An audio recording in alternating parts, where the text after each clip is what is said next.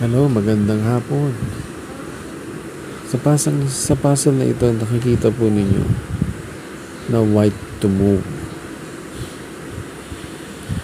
Tingnan nyo maigi. Ano ang dapat gawin ng white para makuha yung bishop? Pag-isipan mo, kapatid. Meron ka lang 10 segundo para pag-aralan. Galingan mo, ha?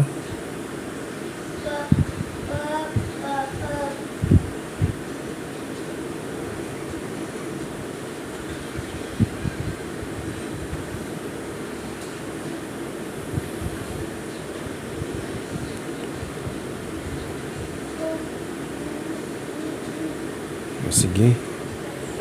10 segundo na lumipas. Nakita mo na ba? Sana nakita mo. Ganito kasi yan. Pwede tayong chumek dito. Pero hindi naman natin nakuha yung bishop. Pwede tayong chumek dito. Pero wala pa rin. Hindi pa rin natin nakuha yung bishop.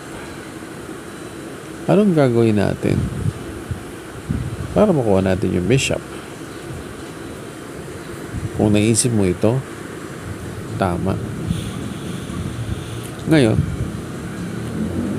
pwede mo nang kainin yung bishop. Pwede mo nang i-capture. Anong gagamitin mo? Rook or queen? Siyempre, hindi ang queen. Kaya, kung gagawin mo yan, lugi ka.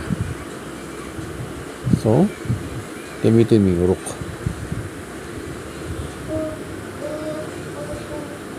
Mapipilitan kasing kainin ng queen. Yung queen natin.